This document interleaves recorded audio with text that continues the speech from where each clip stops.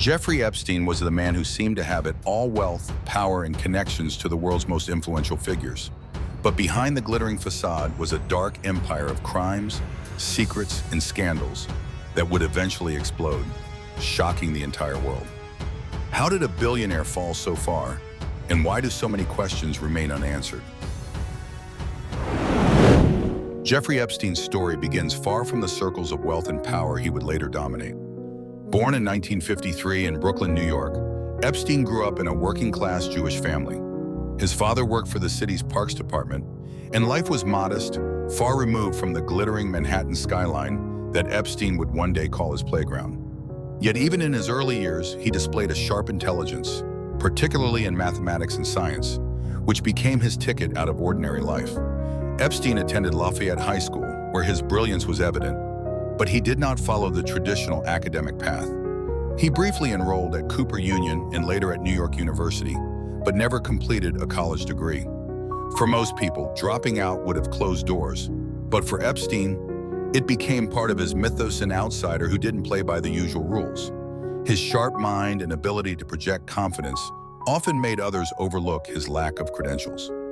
His first real break came in education, working as a math and physics teacher at the Dalton School, an elite private institution in Manhattan. Though he lacked a degree, Epstein was charismatic and persuasive, able to impress influential parents.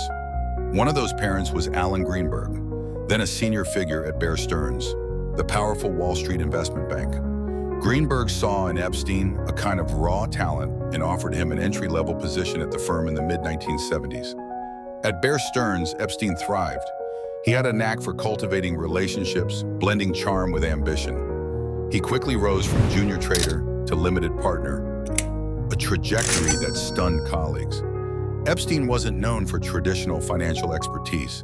Instead, he specialized in managing wealth for high-net-worth clients, often through unconventional and secretive strategies. This ability to move in elite circles, paired with a sense of mystery, made him both admired and feared. By the early 1980s, Epstein left Bear Stearns and established his own financial consulting firm. This was the pivotal step in his rise. He marketed himself as a man who could manage the fortunes of billionaires with a promise of absolute discretion. Unlike traditional advisors, Epstein dealt in exclusivity, claiming he only took on clients who were billionaires, nothing less. This aura of selectivity magnified his reputation, even though much about his actual business dealings remained obscure. One of his most important clients was Leslie Wexner, the founder of L Brands, which owned Victoria's Secret and other retail giants. Wexner placed enormous trust in Epstein, granting him sweeping control over his finances and even power of attorney. Through this connection, Epstein acquired an extraordinary lifestyle: mansions, private planes, and access to the world's cultural elite. Suddenly, the boy from Brooklyn was dining with royals, politicians, and celebrities. It was during this time that Epstein began weaving the intricate web of relationships that would later define his image. He was not just a money manager, he became a fixer, a gatekeeper, someone who could open doors to exclusive worlds. He hosted gatherings where billionaires mingled with rising politicians, always placing himself at the center of influence. For many, Epstein seemed untouchable, a man whose value was measured not only in dollars but in connections. This rise was not simply financial, it was social and psychological. Epstein mastered the art of being indispensable to powerful people. He projected intelligence, sophistication, and mystery, cultivating an image of someone who knew secrets and could be trusted to keep them. Yet beneath that exterior, cracks were already forming. The empire he built was based on trust, secrecy, and favors fragile pillars that would one day collapse under the weight of darker truths. By the 1990s and early 2000s, Jeffrey Epstein had crafted one of the most powerful and enigmatic images in the world of finance and society. He was no longer simply a wealthy money manager.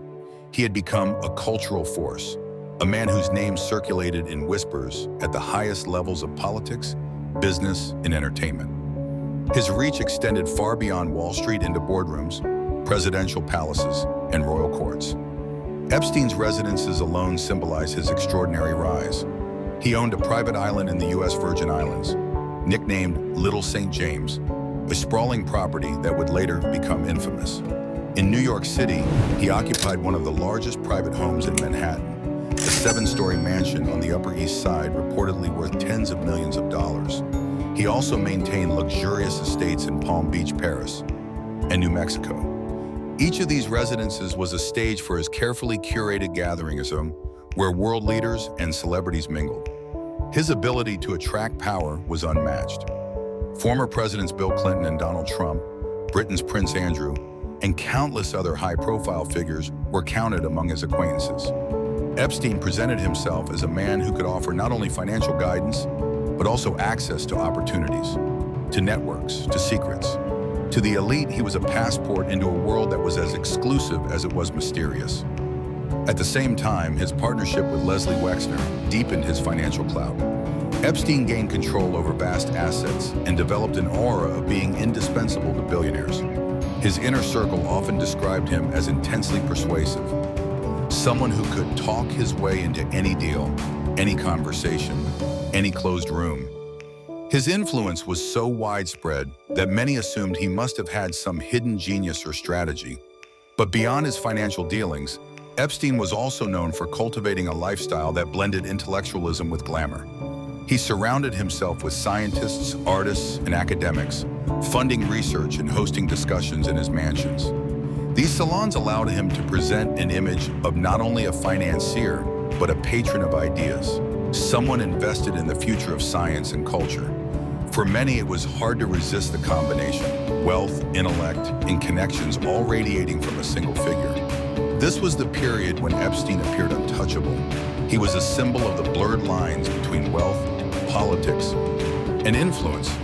A man who had risen from obscurity in Brooklyn to become a fixture in international high society. Tabloids occasionally hinted at the eccentricities of his life, but for the most part, the darker elements remained hidden. To the public eye, Epstein was a billionaire philanthropist, a mystery wrapped in sophistication, and someone whose fall seemed unthinkable. But beneath the dazzling surface, the foundations of his empire were cracking. The same exclusivity and secrecy that fueled his rise also concealed the disturbing truths that would eventually come crashing into the light. His peak was not simply a high point, it was the calm before the storm. The glittering facade of Jeffrey Epstein's empire began to shatter in the mid-2000s. For years, rumors had swirled about his unusual lifestyle, the constant presence of young women at his properties, and the secrecy that surrounded his gatherings. But in 2001, those whispers erupted into a full-blown scandal. That year, the parents of a 14-year-old girl in Palm Beach, Florida, went to police, alleging that Epstein had sexually abused their daughter. The investigation that followed uncovered a disturbing pattern. Detectives found evidence that dozens of underage girls had been brought to Epstein's mansion, allegedly recruited under the pretense of giving massages. The picture that emerged was not of a wealthy playboy, but of a predator who exploited his wealth and influence to manipulate vulnerable teenagers. The case shook Palm Beach society. Epstein's Palm Beach estate, once the site of glamorous parties, was now a crime scene. As the investigation expanded, the FBI became involved, and witnesses described a network of recruiters and enablers who helped Epstein lure young girls into his orbit. The sheer scale of the allegations was staggering. This was not an isolated incident, but a system, meticulously organized and hidden in plain sight. And yet, in 2008, the outcome shocked many. After lengthy negotiations, Epstein struck a controversial deal with federal prosecutors. He pleaded guilty to state charges of soliciting prostitution from a minor and served just 13 months in a county jail. Much of it on work release that allowed him to leave the facility for up to 12 hours a day. The non-prosecution agreement, kept secret from many of his victims, effectively shielded him from more serious federal charges. The deal was widely condemned as a miscarriage of justice. Critics argued that Epstein's wealth and connections had bought him extraordinary leniency. Journalists and victims advocates questioned how such a powerful network could protect one man from accountability. To many, the 2008 plea deal was proof that Epstein wasn't just rich, he was insulated by a system willing to bend for the elite. But the scandal had permanently tarnished his image. While some of his connections remained loyal, others began to distance themselves. Invitations dried up, and Epstein, once the host of glamorous salons, became a pariah in many circles. The whispers about his crimes no longer seemed like rumors, They were documented, chilling realities. The fall of Epstein was not a sudden collapse, but a slow unraveling. He had faced the world with arrogance, assuming his wealth and influence could shield him indefinitely. But the 2005 investigation and the controversial 2008 plea deal marked the beginning of the end. What had once been seen as untouchable power now looked like corruption exposed to the daylight. The 2008 plea deal may have spared Jeffrey Epstein from the harshest consequences, but it destroyed the carefully polished image he had cultivated for decades. He emerged from jail no longer a mysterious billionaire surrounded by admiration, but as a convicted sex offender whose name carried a permanent stain. For many, the damage was irreversible. In the years that followed, Epstein's social world fractured. Some of the powerful friends who had once attended his parties or flown on his private jet quietly cut ties. Politicians, business leaders, and even scientists who once sought his favor suddenly distanced themselves. Prince Andrew of Britain, once photographed with Epstein and later with one of his accusers, would face growing scrutiny for his ties. Bill Clinton, who had traveled with Epstein on multiple occasions, publicly denied any knowledge of his crimes. Even Donald Trump, who once called Epstein a terrific guy, later insisted he was not a fan. Epstein himself withdrew from the spotlight, retreating to his island in the Virgin Islands or to his Manhattan mansion. The salons that once buzzed with intellectual conversation went silent. Invitations to glittering galas dried up. Where once he had been a gatekeeper to influence, he was now a symbol of scandala man whose very presence could ruin reputations. Still, Epstein seemed determined to maintain his lifestyle. Reports surfaced of him continuing to move in elite circles, albeit more discreetly. His private plane still flew, and his home still saw visitors, though the company he kept was narrower, less public. To critics, this was evidence that Epstein still believed that he could weather the storm, that his wealth and secrets could shield him forever. But the scars of the scandal ran deep. Journalists began digging into his past with renewed vigor, uncovering stories of victims who had never been heard. Lawsuits piled up, filed by women who alleged they had been abused as minors. Each case brought more attention, more outrage, and more pressure on authorities to explain how such a man had been allowed to walk free with so little punishment. Public reaction was fierce. To many, Epstein became a symbol of a rigged system, proof that money and influence could buy freedom from justice. Advocates for survivors of abuse pointed to his case as a glaring example of inequality before the law. For victims, his continued freedom was a daily reminder of their trauma. By the mid-2010s, Epstein had vanished from mainstream society, but he had not disappeared completely. He lived in the shadows of high society, a pariah with money. His properties stood as gilded prisons, places of luxury that now carried the weight of scandal. If Epstein once embodied the dream of rising from nothing to the top of the world, he was now the cautionary tale of what happens when power is abused and accountability is evaded. In July 2019, more than a decade after his first conviction, Jeffrey Epstein was arrested once again, this time in New York, charged with the sex trafficking of minors. The news broke like an earthquake. For many, it was a long overdue reckoning. Epstein was accused of running a vast network that lured underage girls into his orbit, exploiting them across his properties in New York, Florida, and the Virgin Islands.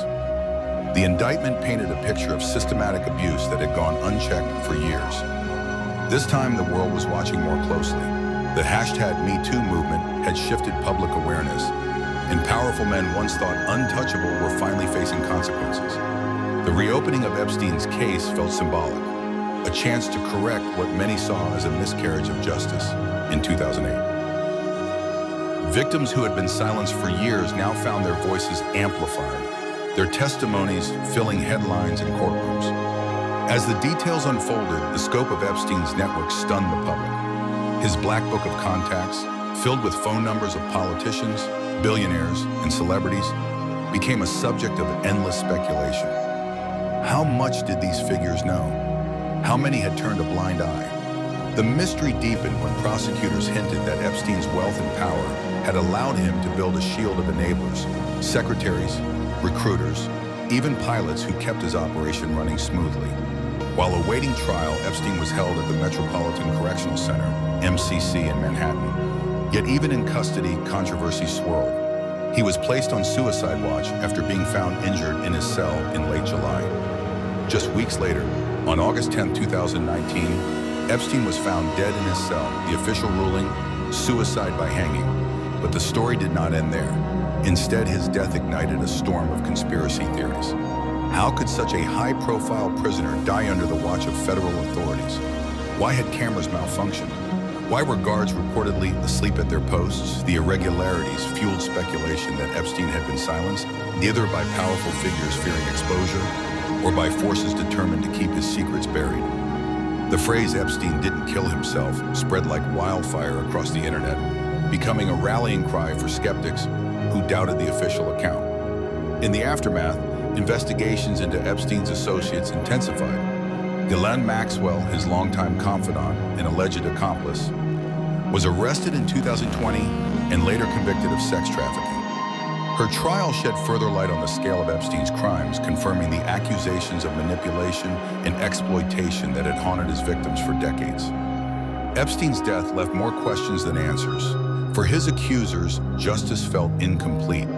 They had waited years to confront him in court, only to be robbed of that moment. For the public, his death reinforced a deep cynicism about systems of power and accountability. To this day, debates rage over who knew what and whether the truth about Epstein's connections will ever be fully revealed. In the present, Epstein is remembered not for his wealth or connections, but for the darkness he represented, a predator shielded by privilege, whose end was as controversial as his life. His story continues to reverberate, not only as a scandal, but as a mirror reflecting society's deepest inequalities and its failure to protect the vulnerable.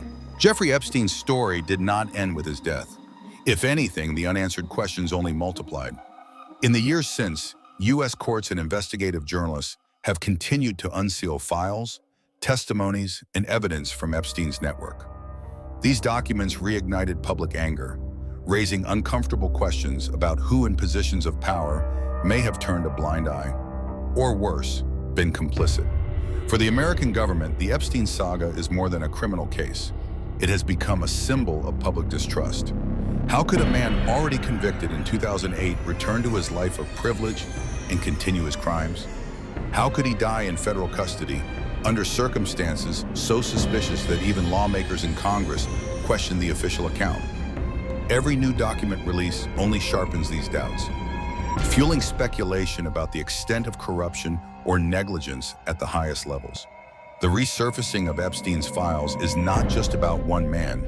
It is about the system itself, about how wealth, influence, and connections can distort justice.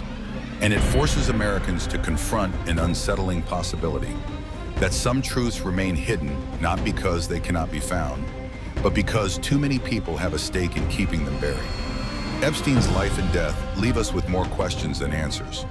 Who exactly enabled his crimes? How deep did his network reach? Were powerful figures protected at the expense of vulnerable victims? And perhaps the most haunting question, if Epstein's secrets were buried with him, will the public ever truly know the full story? The mystery remains open, and the debate is far from over. What happened to Jeffrey Epstein is not just the fall of one man, it is a mirror reflecting the cracks in the very institutions meant to uphold justice.